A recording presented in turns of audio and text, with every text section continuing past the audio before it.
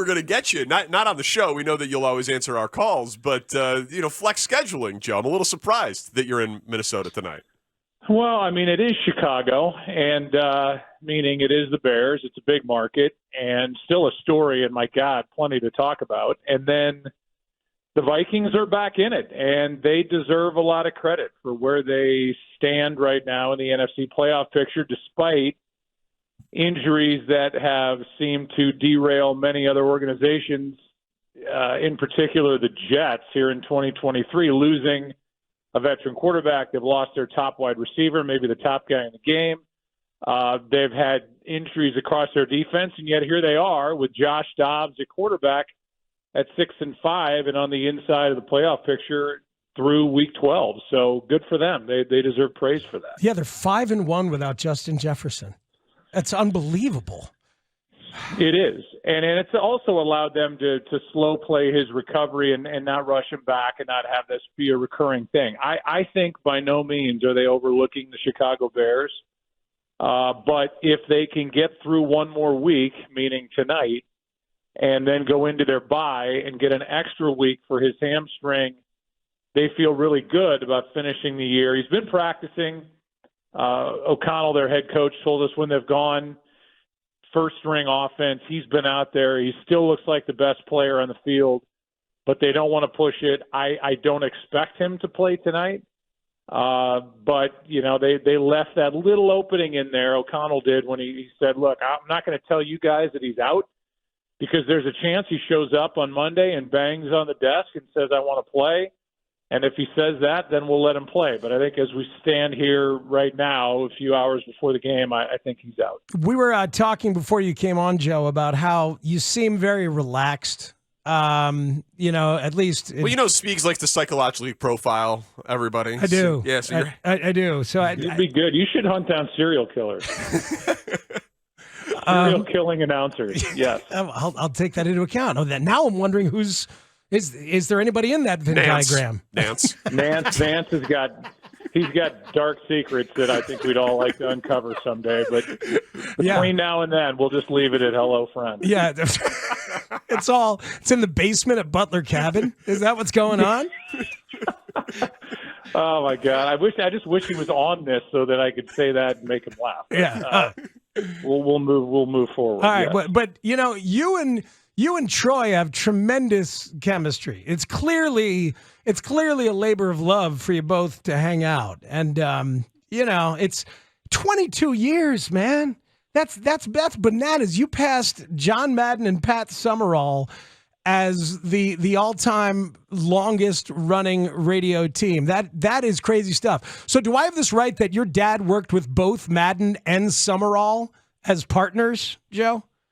He did. He was one of John Madden's earliest TV partners, and then he and Pat Summerall used to do the Cowboys together, and then years later did, I think, a radio call of one of the best games of all time, which was the Dwight Clark catch, 49ers Cowboys, and my dad was doing play-by-play on CBS Radio, and Pat Summerall, I guess he had a weekend off, was doing the color with my dad on that call. And to me, it's two of the very best ever.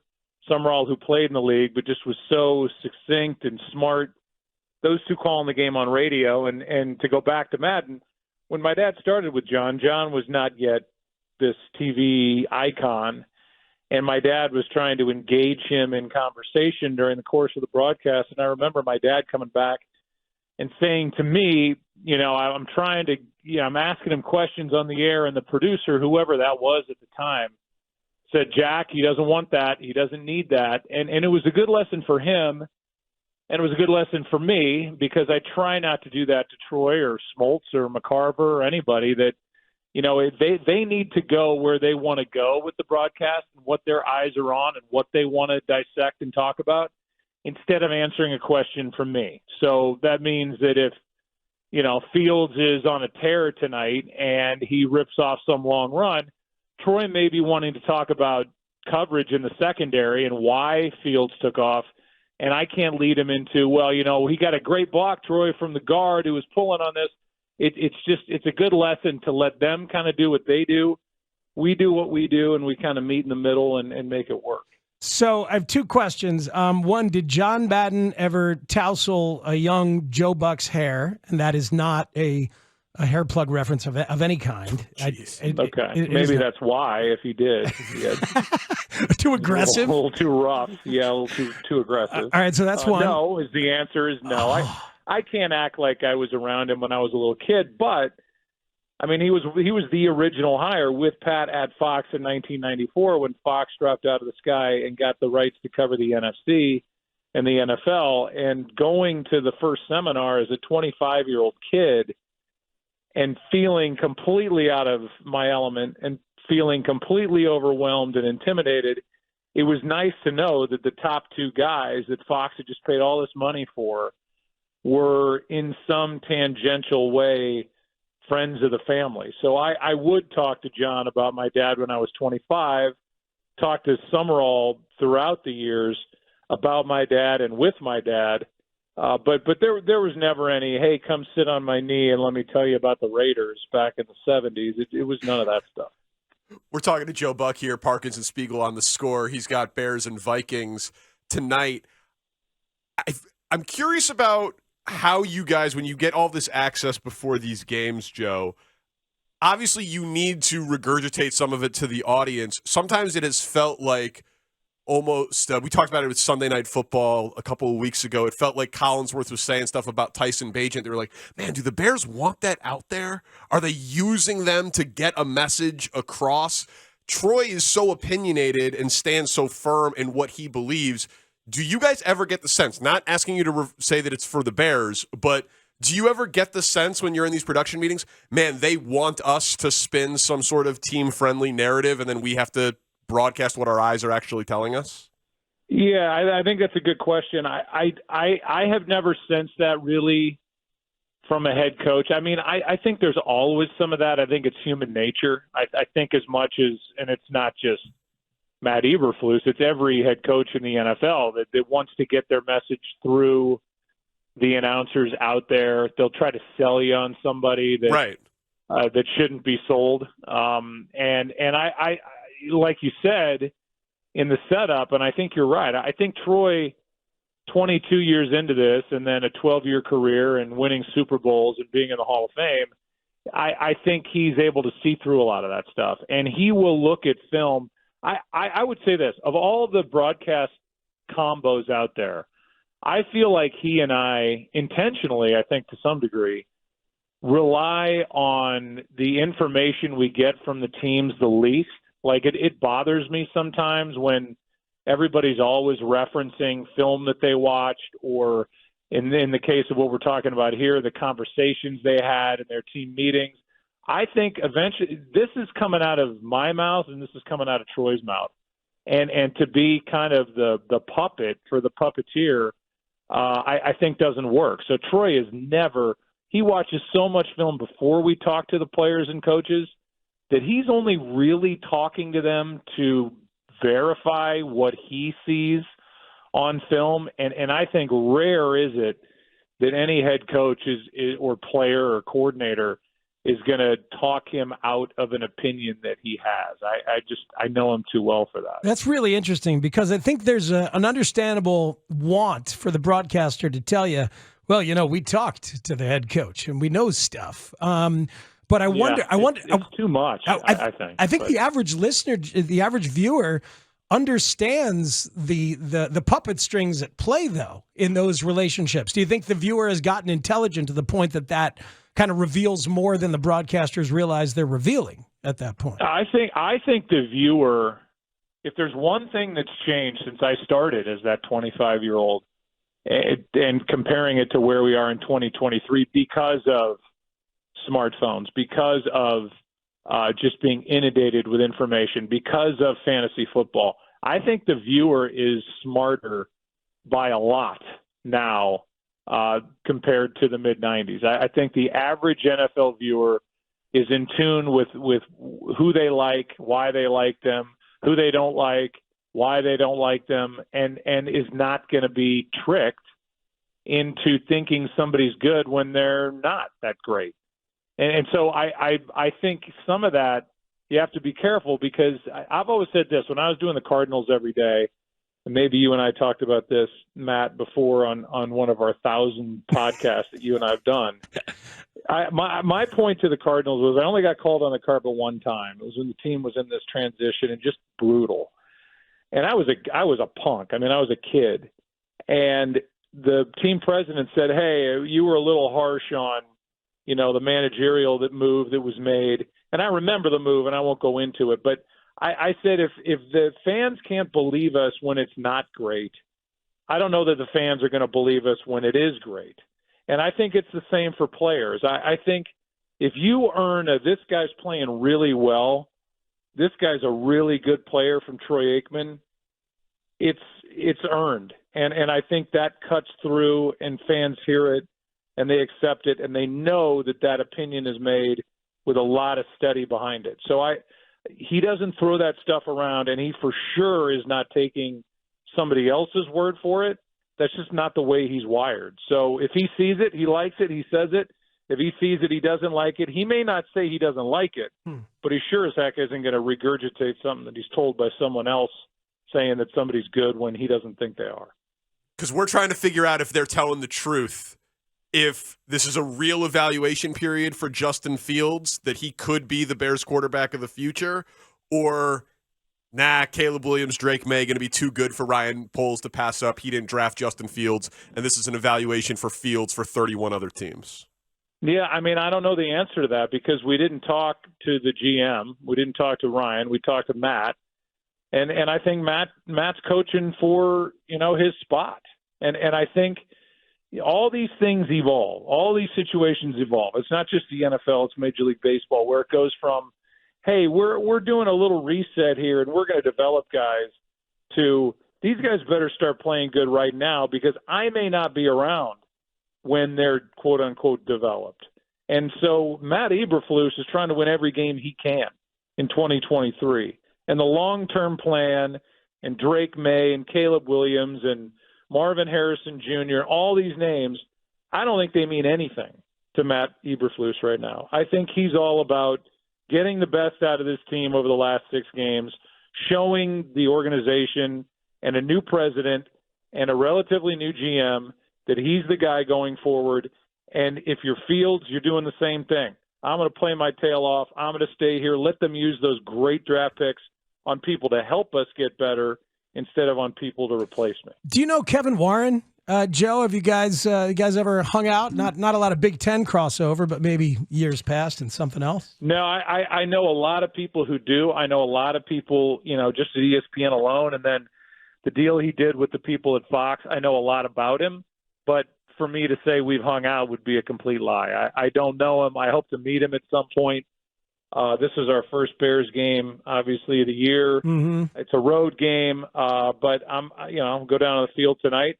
I'll be around. If he's here, great. If not, I'm sure we'll cross paths at some point here. But I've heard nothing but good things. He put together, this deal with the Big Ten. I know he's dealt with television networks. I think he was a great hire. And again, the allegiance thing is interesting because this GM didn't draft this quarterback, and this president didn't hire this GM.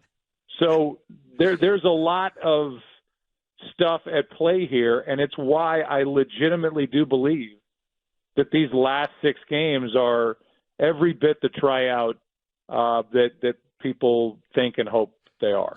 We are looking forward to the game tonight, hanging out with you and Troy. No pesky Manning cast to pull eyeballs either. That's right. Yeah. That's right. That's exactly right. They duck the Bears. We think they're afraid. The Mannings can't handle Justin Fields' speed. They don't know how to analyze they don't know it. They don't know how to pick it apart. They just need different game. Yeah. Different game. Exactly. Yeah. But we've got thoughts on what's going to happen on your broadcast, Joe. We're doing a thing tonight where people can either take a sip of their beverage or eat a chip because these guys are always forcing carbs on me because I'm trying to control my figure, as you know. But they, so we have guesses on things that are going to happen tonight on the broadcast. So what can I do to make you eat the most amount of chips? Exactly. Yeah, you could reference all these things. Well, look, we have to assume that somewhere along the way you're going to give us a graphic of all the bad Bears quarterbacks since whenever. You're not doing your take on the bad Bears quarterback graphics? Hell yeah. Nope. Damn it. Hey, do you know that Josh Dobbs, he's a rocket scientist, a little NASA reference? You got to finish your Thanksgiving leftovers when that comes up. I would say that's about it's hard. It's like any player in the league that went to Harvard. You have to say it. Yep. And then for somebody that's an aeronautical engineer, it's just so crazy. Yeah. And beyond anything Troy and I could even wrap our heads around it. It's only said out of jealousy that we're not that smart. All right. But that'll probably get said. I don't know about NASA. I could leave NASA off it. Okay. God, we are really this is good. toying with the machinery. Well, we can't You're going to gamble go to on bed this. hungry. You're going to go to bed hungry. How about a Sid Luckman mention? We have to make and eat a bowl of matzo ball soup if you mention Sid Luckman, Joe. No? No. Oh, come on.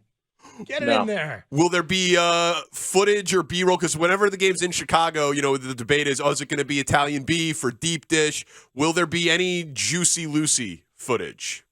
I don't even know what that is. See? Okay. So the answer is no. All right, it's the Minnesota burger with the cheese in the middle of the patty? No? Okay. No. All right. Were you guys looking forward to talking about Tyson Bagent's dad as an arm wrestler? Is that going to come up? I promise you. What do you go 2-2 as a starter? Yes. I saw more of Tyson Bagent's dad than I saw of Tyson Bagent. We're not getting the arm wrestling in. I promise you. Man, we are going to be sober and hungry, which is no way to consume Bears football. No way to go through life. Unbelievable. I mean, I can certainly force all 4 or 5 of these things in if you'd like it, but I feel like then we just come off as every other broadcast crew, and I don't ever want to be accused of that. That's true. That's good. No, be you. We saw that Jerry Jones called you out by name and said he wants to wait to put Jimmy Johnson into the Ring of Honor until Troy and Joe are here. So that's pretty cool. That's pretty cool. He's going to wait. I suppose that has more to do with Troy than you, possibly. I would hope. Although I was a special teams contributor on the 93 Super Bowl champion Cowboys right before I joined Fox. A lot of people don't know that. Wow. I could see it. Yeah. As a gunner. Makes sense. Me and Bill Bates. Hell yeah. Oh, hell yeah. Is right. It's amazing that they have warmed back up to each other, Jimmy and Jerry, don't you think? We talked to Dave Wanstead in here. We have a bourbon with Dave Wanstead every week here on a Thursday at 4:00. It's our favorite thing of the week. And so we've been Team Jimmy on this one for a while.